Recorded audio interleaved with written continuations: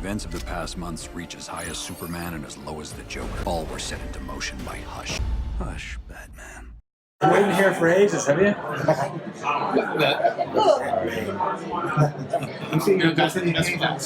Yeah, I always like to wear a bit of a bat suit. I was wearing a sweatshirt that I got this time last year at Comic-Con. It's like a grey hoodie with the new 52 bat symbol on it, which is kind of hard to get actually in the t-shirt. Well, I've had trouble. So I was wearing that earlier, but I was kind of burning up there on the red carpet, so I took it off, and now I'm like bobbling with all this like grey sweatshirt stuff. Whatever. So, can you talk a little bit about Batman and Catwoman's relationship and how it was to work with Jennifer Morrison? Yeah, so we don't record together, so I haven't met her. Okay. I think she was supposed to be here, but she had work commitments, so obviously that's disappointing, but her performance as Catwoman, Selena Kyle, is tremendous. Like, she brings this freshness, intelligence, and sexiness to the role. It's hard to do just with your voice. I think there's great chemistry there, and there's something truly romantic. It's like they've got chemistry, you know. And this is it's a cartoon, guys. Like that's pretty hard to pull off. Yeah. So I think between that, the way it's animated, the orchestral musical score, and the story, I was really swept away. Just like Batman swept away by her, I was really swept away by it. I think it's an element of the movie I didn't bank on being as strong. I thought it was going to be all about Hush and the arch villains and, you know, the predicament that Batman finds himself in, but I think the romantic story is a huge and rewarding surprise. Can you talk about, since you've been playing Batman in these movies for several of them now, and It's my 10th, actually. I assume you Who's have counting? I assume you have a good handle on the character, but how have you refined it over the years? Are there things you did earlier that you wouldn't do now within, like how's that evolved? Oh, sure. I mean, actually, you know what kind of moved me was Jim Lee in the afterword to Batman Hush, the graphic novel, wrote about how by the end of it, his rendering of Batman was different to how he started, and how the panels got darker and there were more shadows and generally grittier. And the big question was whether he should go back and redo the first couple of issues so that it all fit together, so it was more homogenized. And he was told, no, don't do that. It's supposed to evolve. It should evolve. Batman's on his journey.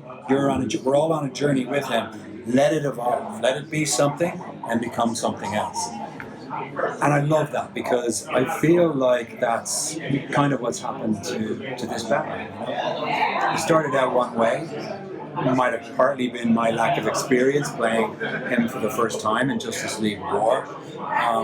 Discovering that this particular Batman would be a father in Son of Batman and Batman vs. Robin, and evenally Batman Bad Blood.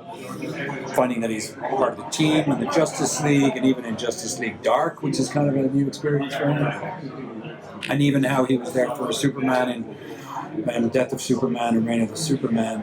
So finally we come to this point, and you know, we've taken this kind of iconic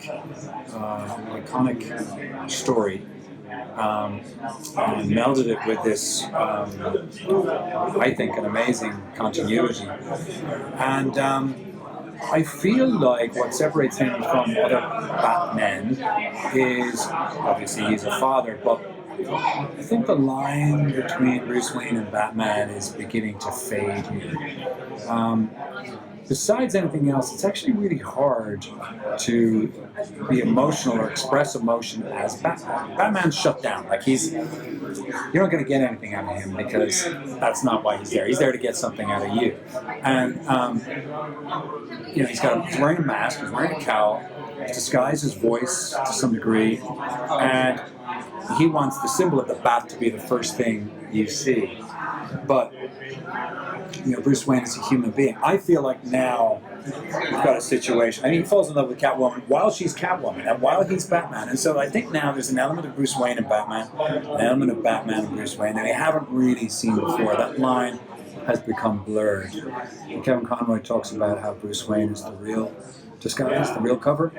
I think that's fantastic. Kevin Conroy is a king of this medium and of the character. I look up to him. But I think what distinguishes this Batman is that Bruce and Batman have become a little less distinguishable by necessity. But it's character evolution too. It's character evolution. Yeah, it's been earned. Absolutely, 100%. And I think, honestly, the catalyst for that is Damian Wayne. It's really, it's hard to admonish your son while you're playing a disguise. I mean, when you're trying to be someone else. Family, it's really hard to do that with a family member. I even find it hard to act myself in front of family members for that reason, because they know you so well. It's also really hard to express your feelings for someone and be open to someone like Selena Kyle, for example, if you're playing this character. And so that's why I think Batman is now borrowing a lot more from Bruce, more than ever. And there's less. Initially, I thought it was weird. I was like, why is there less to distinguish between Bruce and Batman's voices here? And it's because if I play the scene for what it is, it doesn't matter where he's wearing a cowl or not.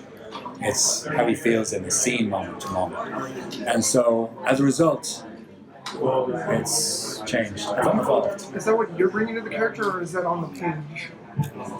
I mean, on the page it says, it says either it's Batman if he's got the cowl on, or it's Bruce if he doesn't. So I feel like, I don't know if it's something I'm bringing, but I feel like if he's on a mission, if he's out there doing Batman stuff, and we all know what that entails, he will use that disguise and do that. But if he's in Batcave where he's got the cowl on or not, and he's talking to someone who knows him really well, like Nightwing or Robin or Alfred, then he's Bruce, And I don't feel like just because he has a cowl on that he needs to be Batman. The 10 films that you've done, where does Hush stand for you as far as ranking wise? Oh wow! Yeah, this to me is like a climax of the character and the story, and I feel like I've earned this. We did wonderful run, sort of a trilogy of Son of Batman, Batman vs. Robin, and Batman Bad Blood. Batman's also played in a lot of Justice League titles and others, Superman titles, and so for this to be a standalone Batman film, and for it to be Hush in particular, such an iconic graphic novel that was era-defining for the character and for comic books and fans all over the world, it's very, very special. And I think unlike any other. What's your favorite one before this? Son of Batman, because it introduced this version of the character properly to audiences as a father. We learned his backstory, that he's not just Bruce Wayne whose parents were murdered in front of him. He's Bruce Wayne who was manipulated by Talia and now has discovered that he has a ninja assassin son and is now the sole guardian of said son. So that changed everything for him. And really sets him apart from others. And Hush is just a continuation of that. All right, guys. That was a real pleasure. Thank you so much. Thank you so Take all much. your hands, but we'll be here all day.